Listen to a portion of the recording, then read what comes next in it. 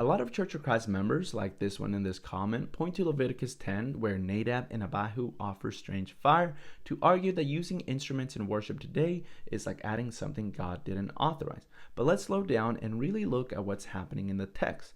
In Exodus chapter 30, verse 9, God gave Israel's priests a very specific command. You shall not offer any strange incense on this altar, or burnt offering, or meal offering, and you shall not pour out a drink offering on it.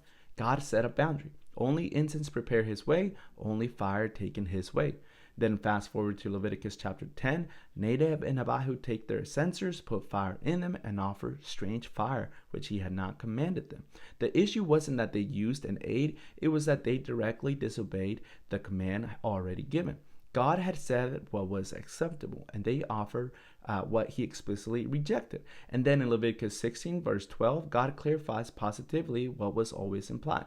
The fire for incense must come from the altar before the Lord. So when Nadab and Abihu grabbed fire from somewhere else, they weren't adding a neutral element, they were in open defiance of God's clear instructions. So what's the principle here? Leviticus 10 isn't a blanket ban on anything God didn't explicitly mention.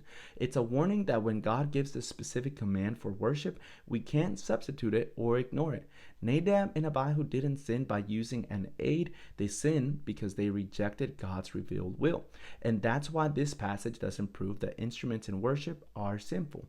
In Ephesians 5 and Colossians 3, God commanded singing. If instruments actually replace singing, then maybe you have a parallel. But if instruments accompany singing while the command is still obeyed, then it's not the same category as Nadab and Abihu's rebellion.